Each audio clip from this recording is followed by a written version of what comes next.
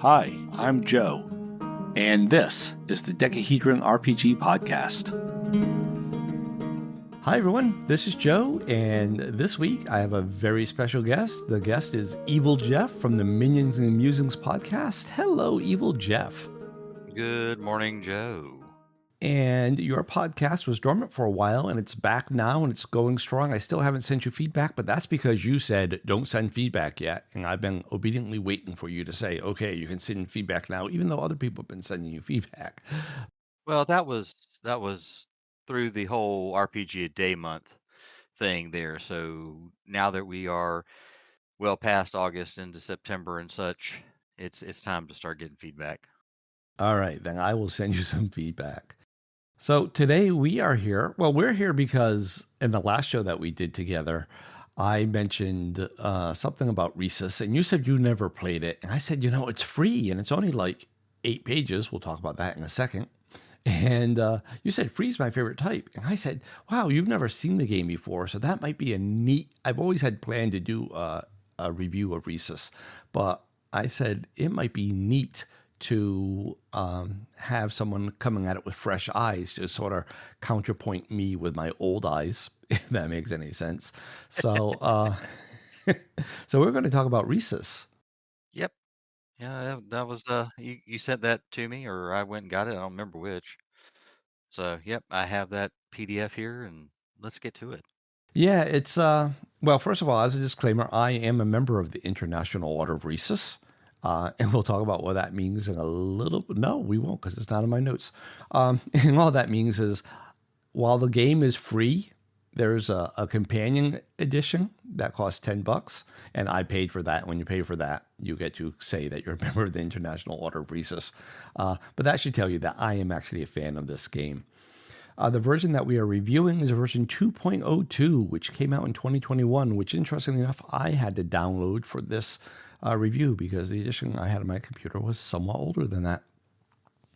And this edition comes in at 4-page. Earlier editions were a little longer.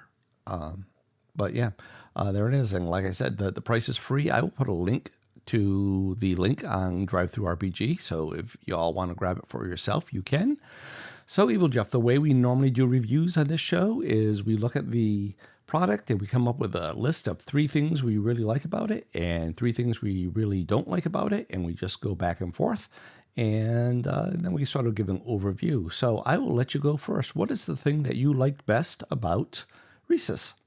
Let's see. Well, okay, free's not part of it. I mean, that's usually one of it, but that's the basis of things. Really, the combat system or their contest system. Anything is a contest. So whether you are fighting with someone, it's verbal sparring. They give you several examples in here. How seduction is part of that. It's when you are trying to overcome someone else or something else. And really, I guess it's really someone else. That's the example, as they say, in quotes, combat. And defining that really lets you say, okay, these are where the contests are in. And when you get to roll however many dice you have based upon the cliche that should go with it. I thought that was nice to just go ahead and have that out there, because I think many times people will go, well, what about this? Or could this be it? And it keeps the GM from having to second guess himself. He's like, yep, okay, this could be definitely a combat of some variety. Yeah, so I didn't put that on my list, surprisingly enough. Actually, everything on my list is kind of high level instead of getting down to specifics. And maybe that's because it was a 4-page document, so I was worried about having enough. But yeah, actually, it mirrors very much the GURP system of what in GURPS they call an opposed contest or an opposed check. And they just call that combat there. And they have 2 types, right? They have the quick, which is the one roll, like both reaching for a gun. Or they have the drawn out version, which is more like your traditional combat or your legal battle or maybe your seduction attempt, whatever. Yeah, I do like it. That is actually the heart of the system. And I like that a lot. The thing I put on my list for my number one, which was exactly the thing that you said didn't count, was it's free. And I think that does count because free is good. I like free, but this is well, actually, we'll talk about that when we get to the bad stuff. So maybe I put that in there Okay. to offset one of the bad things I'm going to say. So yeah, so it is free. There is a lot of free stuff out there that isn't well made, well produced. And even though S. John Ross, I never said that up top. This was written by S. John Ross, and S. John Ross is a professional game developer. He's written for GURPS. He's written for the Last Unicorn edition of Star Trek. He's written for several different of the big RPG houses. So he's not some schlub off the street like me. This was his bread and butter for a while. And so he wrote this, he illustrated it, he made the whole thing. I never talked about the illustrations either. We'll get there. And so, yeah, this is his baby. Yeah, so it's a good quality product by a professional developer for free, which I think is a great thing. You're number two, sir. Well, number two still stays in the sort of combat there, but it's the idea that they have of these single action conflicts. Whereas they define the combat as being multi-round, sometimes you don't need multiple back and forths. Sometimes it just needs to be resolved really quick one time. And them defining it as a single action conflict, a single time of making that opposed roll, and then you're done with it. That I liked as well, because without that, I think you would have had some people continually having these drawn out contests that would bore the tears out of people. At that point, people would just be like, "This is taking too long. It shouldn't take this long." But defining it that way and giving the GM the ability to sit there and go, "Okay, is this going to be a combat? Is it really a single action conflict?" And if you're not interacting with another living thing, I guess, really, or you're trying to do a specific feat, then it's a target number, which I think many of us know what that looks like.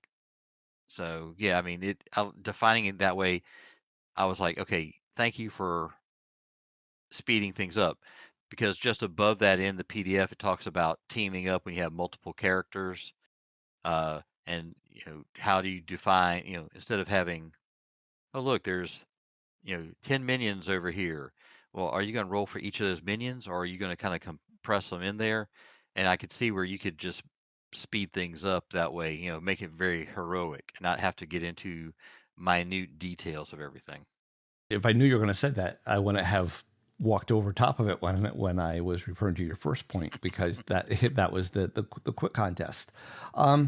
The only thing I would do differently is, and is what I do in Lucky in Lucky 7.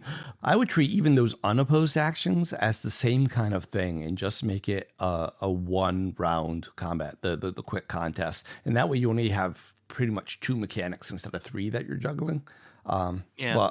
But that's neither here nor there. It's kind of is that already. It's just against a fixed number. But yeah, again, I agree with you completely on that. For my goods, I all put on very high level. In this case, I said that it's lightweight yet complete and fun. I like lightweight systems. I don't like a whole lot of different mechanics. Like I said, there's three mechanics. You just described all three of them, right? You have the roll against a static difficulty class. You have the one round opposed combat, and you have the continuing combat. And those are the three mechanics. And pretty much you're just rolling, as Evil Jeff said, you're just rolling the number of dice assigned to that cliche. And I guess we should talk about cliches a little bit. Cliche is what Risus has. And by the way, some people say Risus. I said Risus for the longest time because you're looking at it and you're pronouncing it like it's an English word, and that's how you would say it in English. But it's a Latin word. It means laugh. And in Latin, it's pronounced Risus. So there you go. Anyway, I was not sure about that. Okay. When you become a member of the International Order of Risus, they let you in on the official pronunciation because it's in the companion volume. But where was I? Oh, you're talking about cliches. Cliches, yeah. Cliches is what Risus has instead of classes or instead of skills. When you make your character, instead of saying, I have, a +2 in swordsmanship, and I have a -3 in cooking sushi. There's a lot of sushi references in the book. You just say, I'm a barbarian, or I'm a ranger, or even better, you'd say, like, I am the last ranger of the Order of Cephalus, and we are, actually, that's because that packs a little story in there too, and you can Yeah. sometimes use that for other stuff. But anyway, Yeah, with the cliches, it's wild card skills in GURPS. It's similar to that. Um, for Jason over at Nerds RPG Variety Cast, we'll give the shout out to Barbarians of Lemuria, where the characters have past jobs, past employments they were, and that sort of is for Barbarians of Lemuria. That's their cliche. Oh, he was a caravan guard here, then he was a thief, and things like that. And it sort of follows a little bit of the cliches that we have here in Risus. excellent. So yeah, so that's my number 2. That it's lightweight, but it's complete and it's fun. You can actually play this. You can have fun with it. It's not a lot of rules. It's a great game to introduce new players to. Yeah. So that's my number 2. Your number 3, sir. Number 3 was allowing you to risk it a little bit there by doing in an advanced option the pump, where you really want to try something. Maybe it's a little desperation move, and you're not sure exactly if you're going to make it or not. It gives that little bit of that cinematic feel, even some of that heroic feel that you may read about in the books, but allowing you to give you a small little boost to try to overcome a difficult situation, and does a decent job of detailing what happens if you make it and what happens if you don't. Yeah, I like that a lot. The only thing that maybe I don't like about that is that, like, the double pump skills have to be specified there at time at character creation. That was almost on my list of things I didn't like. I like that active desperation. I'm going to exert myself. And I think that should be a effort by effort decision, not a at the time I created the character decision. But hey, that's me, and that would be easy enough to house rule. And in fact, if I remember right, the whole pumps and double pumps are an optional rule anyway. So Yeah. all right, and my number 3 is simply that it's easy to read. Like I said, S. John Ross is a professional game writer. He knows how to write this stuff, and he writes it in a very entertaining, easy breezy, light to read manner. I always like to run games. My blog is called the Vagabond GM because I like to roam around from game system to game system. I don't want to inflict that on my players. Okay, well, now you have to go buy Tunnels and Trolls. Now you have to go buy GURPS. Now you have to go buy whatever. Because not only is there the investment of money, in buying all these systems, but there's the investment of time. You pick up, I don't know, let's say D&D 5th edition, there's 1,000 pages of reading there. I mean, I guess they only need the player's handbook. That's 300 pages you're asking them to read to get ready for a game. That almost sounds cruel. But hey, in this one, the system is so simple. That was my second point, right? Is that you don't even need to read something. Pick a cliche, give Right. it a number, make sure they all add up to 10, roll that many dice. You're trying to get that number, or you're trying to beat the other guy. I mean, basically, it's lightweight enough and simple enough that most people can get away with reading the first 2 pages, and really that's all they need to have. Because after that, your game master, can handle what's on the 3rd page, and he's the one saying what's happening on the 4th page, if anything. So Right, because that's mostly the optional rules, and you just say use that one yeah, or that one, or I'm not using any of them, or whatever. And right. he says it all in a very lighthearted, easy to read, funny. It's an enjoyable read, in addition to being easy to read. So that was my number 3. Yeah, so that's it on the good. So now the bad. I've always wanted to come up with something called the ugly, just to follow this all up with, but that would be piling on the bad stuff. So the bad stuff. What is your number 1 bad, sir? My number 1 bad was actually back in the advanced options, and it's the idea of the tales. It is the backstory of the character, which is when you read through it, allows the player, if he comes up with this backstory, a potential way of them to get extra dice to play with. Now, or extra die, excuse me, an extra die. Now, the problem is it doesn't define how that extra die would be used. And I can see where you'd have potential players looking at this and being greedy and thinking, okay, wait a minute, wonder if I can get an extra, you know, thing here. I could be even better than other people and everything. And I can see it, the potential to be abused. And you definitely would have to have a GM that would be going ahead and say, hey, we're going to play Risus pieces. And hey, uh, this is what we're going to use, and this is what we're not going to use. You'd have to define that early on, because I could, again, there are those players out there who would be looking at it like, I wonder what I can do here. And at least he defines on the good side of the bad here that only 1 or 2 pages is all you need for the tale of this character.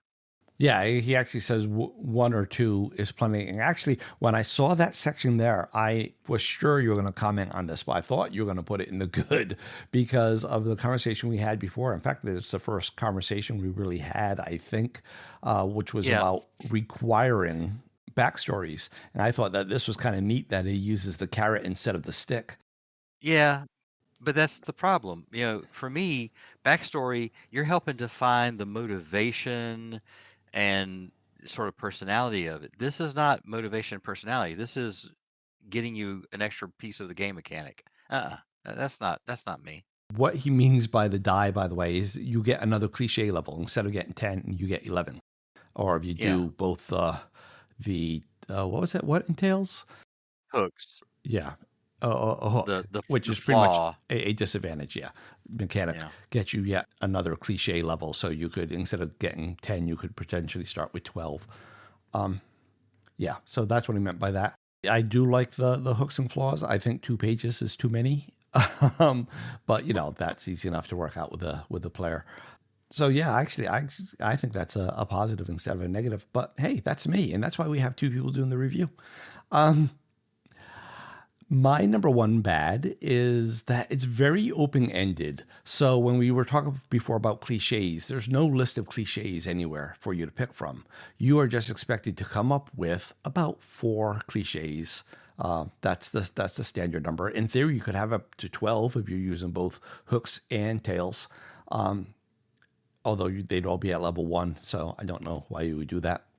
But there's no list to pick from, which I personally think is a good thing. I like that for my type of mentality, for my type of mind when I'm playing. That is an awesome, wonderful thing. But there are some players, and actually, I'm going to call out James here, and I'm far oversimplifying this. So don't get upset, James. And it's not nothing bad. But he doesn't like that kind of open endedness. He would rather have a list to pick from. And I think it's kind of like analysis paralysis, right? When the whole world is your choice, how do you pick from the whole world? Whereas if you have a list, that at least narrows it down a little bit. Yeah. For me, it's a plus, but for others, I think that would be a negative sometimes. And I think that might even be part of the old school mentality, right? Where we say things like rulings are not rules, and we say, don't look at your character sheet for what you can do, just do it. There are people though that like that list, to be able to look at the character sheet to say, oh, what can I do? And I think there are people out there that will like a list. And so when it comes time to creating a character, this becomes unpleasant for them. So it requires the GM to talk to them and have a conversation and say, well, tell me what you want the character to do. And then you can help them do that. But so that's my number one badge, which I actually think is a good, but like I said, I'm trying to think of the world through everybody's eyes here.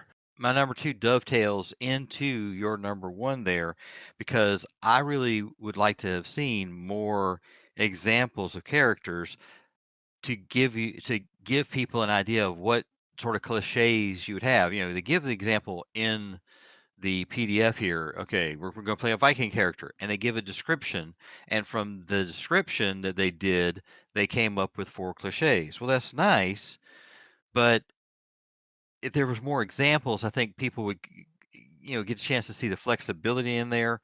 And also, it doesn't exactly tell you about cliches, how many, what's the minimum. They talk about the maximum.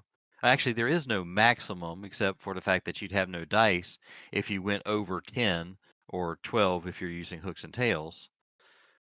But there's no minimum. And theoretically, when you actually, not theoretically, mathematically, when you look at the dice, since you have up to 10 dice to use, but you can only put 4 dice into a cliche, that means you have to have a minimum of 3 cliches to use all the dice because you can't go above 4.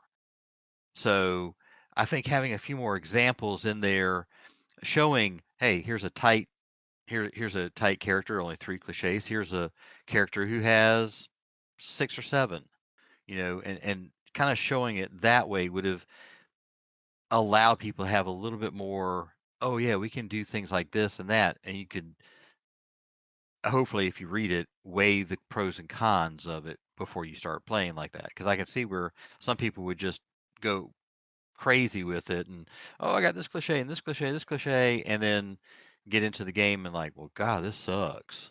I can't do anything. What I think what we have here is some marketing brilliance. If you look at GURPS is this big gargantuan megalithic system. Yeah. Yeah. But then they have GURPS Lite, which you can download for free. In fact, there's even GURPS Ultra Lite, which, whatever.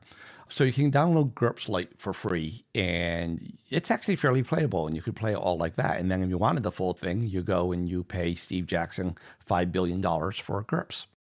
Slight exaggeration. Yeah. And there's other games out there, right? They have their free edition, their light edition, their starter edition, whatever they call it. They have those. And I think at the heart of it, that's really what Risus is. It's just, S. John Ross had the marketing genius enough not to say that. He says, this is the full edition. And if you want more, well, I have this companion that I'll sell you for $10 here, and it's 70 pages worth of additional stuff. And so if you get the companion, it has a lot of quality information.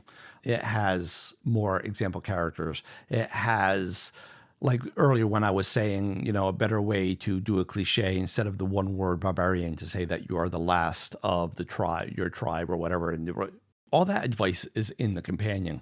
I think all that is, I think he was trying very hard to get it down to 4 pages because, like I said, some of my earlier editions were longer than that. And on 4 pages, you can do it on a double wide piece of paper and fold it in half. And I think that was his goal. And he eventually got there. Okay. My number 2 bad is because it's written in such a lighthearted tone, because the name itself means laughter, because the artwork is all stick figures, amazingly well done stick figures, by the way. But because our artwork is all stick figures, I think, and all the examples are always very jokey, laughy, haha examples that he gives in the book. I think that lends a lot of people to think that it's a joke game or it's beer and pretzel games, and you can't have a serious session. You can't have a serious campaign with it. And they're wrong. You can. All that's just to make it easier to read and fun to read. But I think it has this baggage behind it that even those who know of it think of it in that term. The third bad thing, and it kind of is, it's, I framed it this way, but there's 2 pieces to it. One, I think the quality of the PDF that I get when I download it, or if it was downloaded from some other place and it was free, so somebody let me have it, whichever way I got it, I don't remember. I sent you the link for a drive-through, so I think you got it for Okay, you after did our send me last the link. show. Okay, Yeah. so I downloaded it. Okay, cool. I can't remember. That's been ages ago somehow. It's not on the mental radar there. But I would expect the quality of the PDF to be better, one visually. I have now, most people may not realize this, but if you'd gone into the reader, over on the left-hand side, there's a little uh, um, paperclip symbol, and when you click that, there are attachments to it, and there's a secret file, as they say there. Well, when you click that and look at the secret file, it's another PDF for Risus and such, but also 2 other games that S. John Ross has done, and it's a small little module or micro module, as he said. Okay, well, if I look at that and I have them at the same zoom level, the secret file looks nice and crisp and clean. I can read it.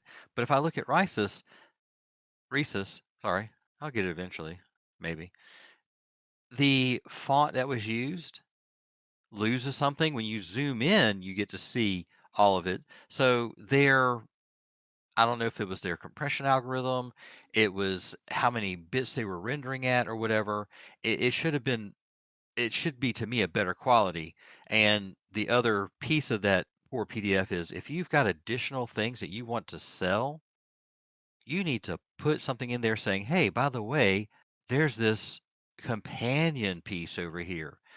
Don't just leave it to chance and word of mouth. Put it in the PDF saying, "Look, I've got this other product. If you want more Risus stuff, it's good. Come and get it."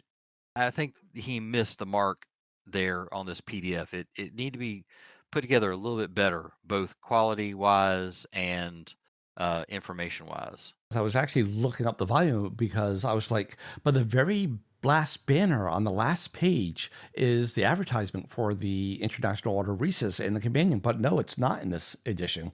I guess that's one of the things he took out to save space. Yeah, save space, and I think it suffers a little bit because of that. You know, I mean, if anything, maybe that secret file. Point out that there's stuff there, but the fact that this is it's for 3 different games here doesn't help. And there might be other Easter eggs and other layers on that PDF if you look around. He is kind of infamous for doing that, but I don't know if this version has it. When you buy it on Drive-Thru RPG, I will point out that it does come with another file within the file, another directory, which is Yeah. called Risus Extras, which that has an EPUB edition. So if you have Barnes & Noble's Nook or whatever e-readers use EPUB, sadly I have a Kindle and that doesn't use EPUB. That uses the old Mobi format. That gives you your ebook edition right there. So you can just sideload it into your reader and you have a nice digital version. It also has some other PDF versions, like if you're going to print it out to fold it, like I said before. And it has a plain text edition that's just a text file. Yep. That is also great for side loading on your Kindle or whatever. And it also has a rich text edition, which I thought those were nice pluses. But yeah, actually, I'm surprised that he didn't mention the companion in this edition. There used to be a big purple banner on the bottom of the very last page that talked about the International Order of Risus. Even in the file that you download, when you look at it, because you've got a couple PDFs in there and tells you about the extras. There's a text file says "Read me as an act of loving joy." Okay, cool, and it talks about it there. It doesn't, you could have pointed out something in there because I mean they say, hey, if you want to go look for things, because it talks about fan documents, go to resusrpg.com. You could have put it in there, which maybe that's what they're doing. I will say there's one more PDF in there, which is the Follow Me PDF. And when you open that up, you've got, say, oh, this one always takes you to Risus, but this one will take you to the companion and so forth. This is the one where the community is. That's cool. And it's that purple banner that you were talking about. But the issue is it wasn't on the main rules, which is where I think if somebody's sharing something, it's going to be shared on there. I agree with you completely. Of course, I'm Evil Jeff. Okay, I agree with you completely on this one item. Yeah, I'm surprised. And actually, I was looking. It's interesting that you said about the way it looks because I always thought that Risus was a very attractive document, and like I said, his use of stick figures is genius. Mm-hmm. But when I opened up this edition, for the review, like I said, I had to download 2.02 because what I have on my hard drive was like 1.5 and going back. I was like, yeah, it's not quite the same. It isn't quite as pretty, but I'm a big fan. I'm not judging the book by the cover. I care more about the rules than how it looks. And my guess is, again, this was just a struggle to condense it down to 4-page, but I don't know. I haven't talked to S. John Ross about this. Let's add this in there because if you go look at the byline on the last page, and so forth, while Risus was created by S. John Ross, Risus Anything RPG is credited as Dave LeCompte. I was going to talk about that in just a second, actually. That's going to tie into my number 3. So that's a beautiful segue. Oh, all right. Give it to us. My number 3, and this is just Joe being greedy, like I said, because my number one good thing was that it's free. And then I said, but then I said, no, I'll save that because as the Linux community says, or the The GNU community says it's GNU, yes. yes, it's free as in beer, not free as in speech, which means you can download it, but there's no kind of licensing. There's no OGL. There's no community commons. It is locked down. It's tied down. It is bound up by copyright. And if you want to do anything with it, tough. This belongs to Cumberland Games and Diversions, but it doesn't because, as you were just saying, it's credited to somebody else. So a year or two ago, 3 now, time lost meaning with the pandemic. A number of years ago, S. John Ross said that he was going to sell Fudge. Not Fudge. That would be kind of rude because he doesn't own that. He was going to sell Risus. And, you know, as part of the condition of sale, though, he wanted to know what you were going to do with it. And he wanted to know, like, what chops you have in the industry and everything. And so the name you're talking about is the guy who ended up buying it. I was very tempted to buy it. And my goal with it was going to be to open it up. I was going to make it OGL or community common, or maybe even just make it public domain. And that was my goal, was to open it up, set it free for everyone. But I couldn't justify the expenditure of the money, you know, from the house to give something like that to the world. So I didn't even send him an offer. So it's me being greedy. I think it would be beautiful to release this into the world and see what other people would do with it and what variants and everything would come of it. And the fact that it's so locked down that you can't even make like a little supplement or whatever without like jumping through their hoops. Okay. Although it didn't make my list, it kind of comes in here with Joe being greedy. So once upon a time, S. John Ross had a Kickstarter. And part of the thing was there was going to be a new companion edition. And that was, I can't even tell you how many years ago. And he made it very clear that when he was selling it, that was part of the thing that you were taking on, that obligation to produce this companion edition was falling on your shoulders. If you read between the lines, if you read other things he said, Cumberland Games and Diversions was his overall company. And besides this, they did other stuff. They did some fonts that work as figures, a bunch of different supplements. If you've listened to every episode, you've heard me talk about medieval demographics made easy. That was his, and that's one of the things you can get through Cumberland Games. But anyway, there was like a sharp decline all at once. And if you listen to what was kind of said and not said, he or someone in his family came across some like major health issues. He hasn't given details, and I'm not going to pry. That's his life, his family. It's none of my business.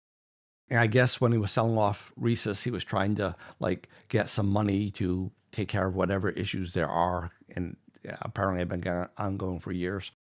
I can't blame a guy for wanting to make money, to put food on the table.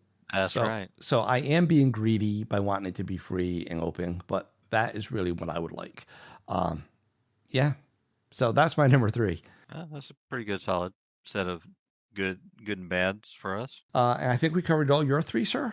Yep, all 3 of mine done. So then what's your overall feeling on Risus? What's thumbs up, thumbs down? Thumbs up once I read it and got that immediate within the first column of going, hey, this is a, different way of thinking about barbarians of Lemuria, and thinking of, and also seeing GURPS sort of thrown in there. I was like, okay, I like the system.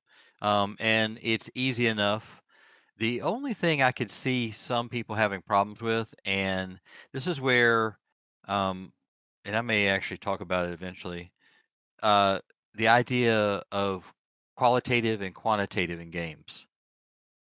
Because some people are much better having a quantitative sort of game, i.e. GURPS. Okay, let's list out all these different skills and everything like that. Give me a list to choose from.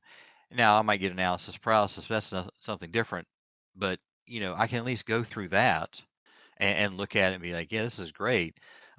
Versus qualitative, where you're having to use words to describe things. And that's what we have here. Come up with a description and then cliches that mean something.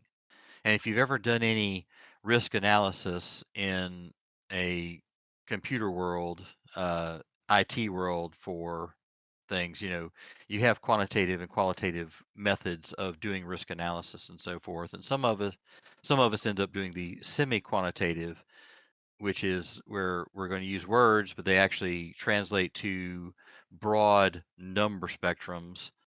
So, that kind of helps out, when you're not really certain of something. And I can see where this game could be slightly negative to those people who are more of a quantitative type of gamer than a qualitative. That's interesting because the last bullet point on my notes in front of me for this section is to say that actually so first of all, big thumbs up from me. I love this game, as you can tell, because I paid $10. yeah, to be a member of the International Order of Risus. Risus, so now you have me doing it. And I win. I win. and I'm infamously cheap when it comes to paying for RPG stuff. There's Yeah, just you and I both, buddy. You and I both. there's just so much free stuff out there and so much quality free stuff. But this is quality. The gaming system is solid. It is a great and awesome game. And speaking of quantitative and qualitative, and the thing that I would like licensing to do is, because my favorite way to play this is actually not using numbers of dice. I actually like to combine this with fudge. And instead of taking a number of dice for your cliche, you take the level, Well, isn't in some way Risus, isn't it sort of, a different way of doing fudge and fate? I mean, if you kind of get way back at it, look at it from, the 10,000-foot view, aren't they really sort of the same sort of idea there in many ways? I mean, because fudge is listed as an influence for Rhesus. So, I mean, I could see where you could just basically use this as a bolt-on or modify fudge or fate, whatever, to do that. Or just say, hey, let's just use that mechanic over here. I've often said that fudge is not a game. If you pick up the actual fudge book, fudge PDF, and flip through it, you cannot sit down and toss at a player and say, create your character. Because, Yeah. right, it says, are you going to have skill? What you have to do as a GM is you take this and you sit down and you write your game based on it. Okay, I'm going to use, of the, 6 methods of combat presented. I made that number up. Don't look it up and say, Joe, there's only 5, whatever. So we're going to use this one, but we're normally what most people I think end up doing is they're going to say, they took a little bit out of each method, right? And for like even skills, they say you might have broad skills, you might have no skills, it's, yeah. And so, Okay. yeah, so fudge is too nebulous to be anything, or it's so nebulous that it's everything. You know what I mean? So if you want to say that Reese's is fudge, yeah, sure.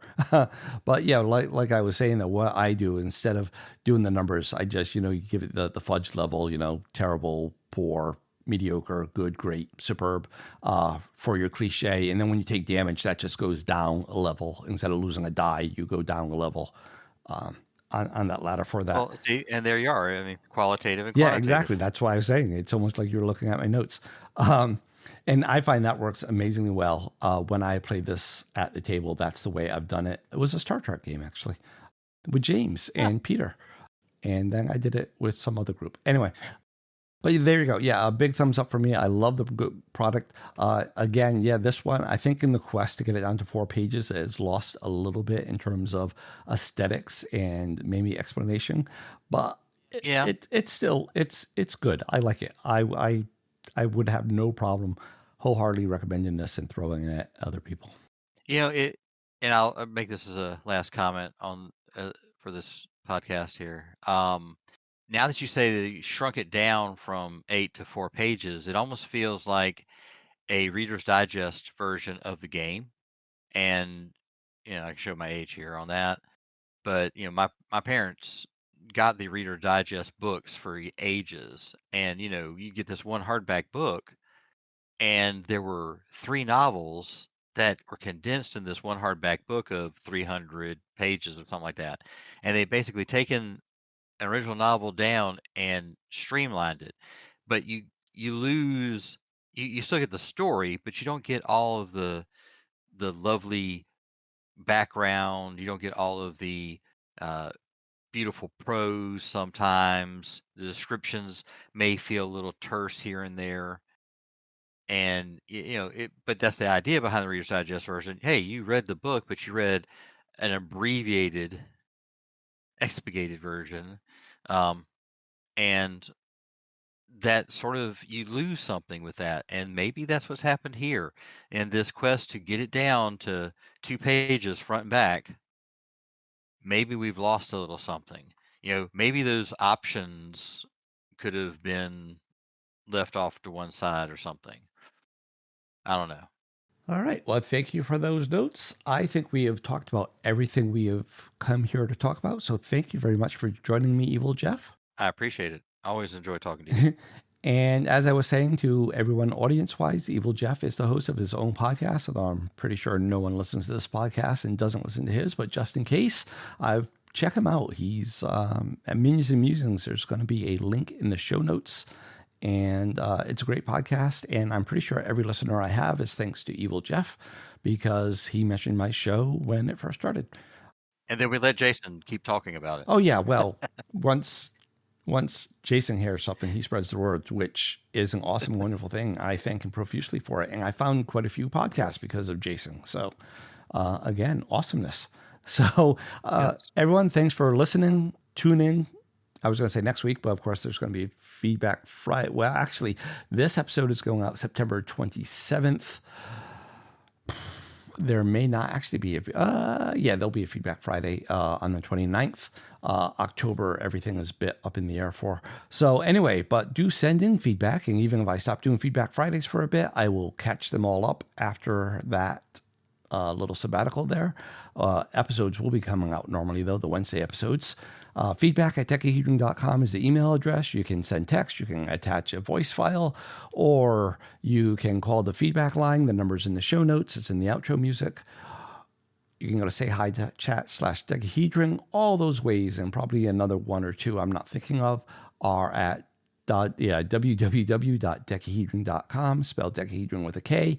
And we have a community web forum there, and we would love to have you join in. And that address is www.decahedron.com/boards. Yes, please join us. Yes, it's getting lonely talking to ourselves. Actually, it's right now it's really good because it's easy to keep up with and everything. But yeah, I would love more people. So again, yeah, thanks for joining. And until next time, happy gaming, happy life. Bye. We hope you enjoyed this episode of the Decahedron RPG Cast. We'd love to hear from you. You can leave us a voice message by calling 562-774-2278. That's 562-RPG-CAST. Or by visiting sayhi.chat/decahedron. You can also email us at feedback@decahedron.com. Links are in the show notes. For more information, visit decahedron.com. Remember that Decahedron is spelled with a K. Music is by Kevin MacLeod. Logos by Design Cat. Thanks again for listening, and until next time, keep those dice rolling.